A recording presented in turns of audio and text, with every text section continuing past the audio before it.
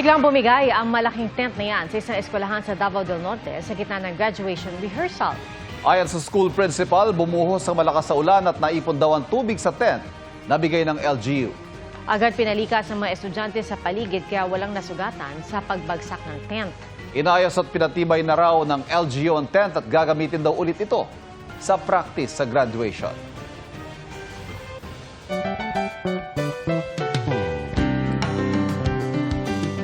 At sa mga magbibisita iglesia ngayong Semana Santa, isa sa mga maaring dayuhin ang Padre Pio Mountain of Healing sa Bulacan.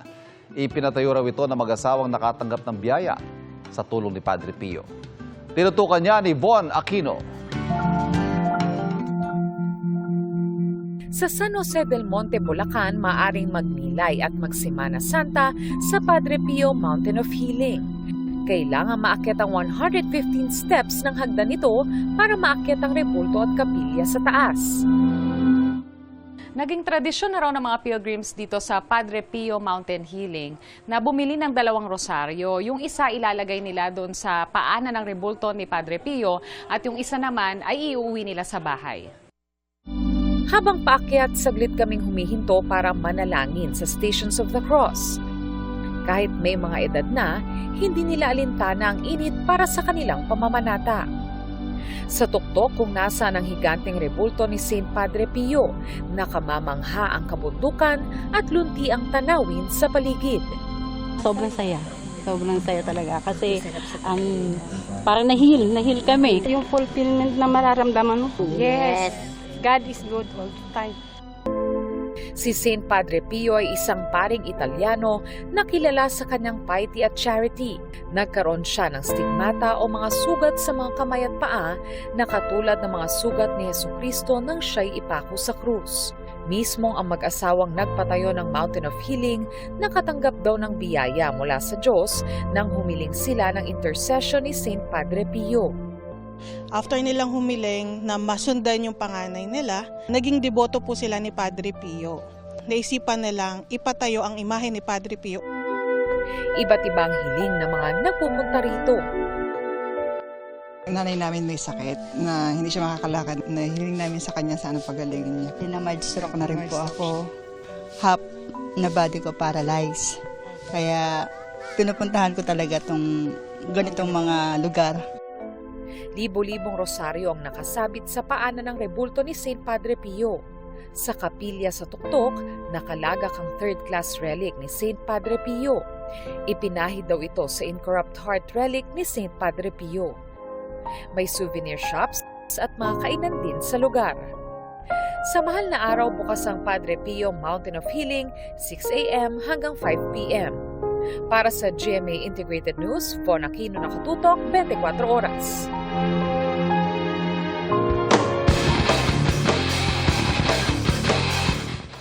Naging intense ang Game 2 ng NCAA Season 100 Juniors Basketball Finals. Ngayong araw po yan.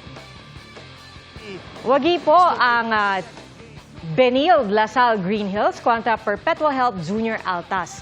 Nakahabol sila ilang segundo bago matapos ang 4th quarter ng laro at nanalo sa score na 95-91. Kaya may tig-isang panalo ang Greenies at ang Altas. Ang magiging kampiyon sa NCAA Season 100 Juniors Basketball malalaman sa do-or-die game sa April 15. Halos abot tuhod ang baha sa National Highway sa Sharif Aguac, Maguindanao del Sur dahil sa lakas ng ulan. Pahirapan ang pagtawid ng mga sasakyan habang sinuon ng mga residente ang baha. Pinasok na rin ng tubig ang maraming establishmento at bahay. Bansalan, Davao del Sur, nagkalat ang mga putik at bato sa isang kalsada. Dahil yan sa naging landslide matapos ang malakas sa buhos ng ulan. May mga nabuwal na puno at poste. Agad nagsagawa ng clearing operations ang mga otoridad. Ayon po sa Pag-asa, easterly sa nagpapaulan sa Zamboanga Peninsula, Barm at Palawan.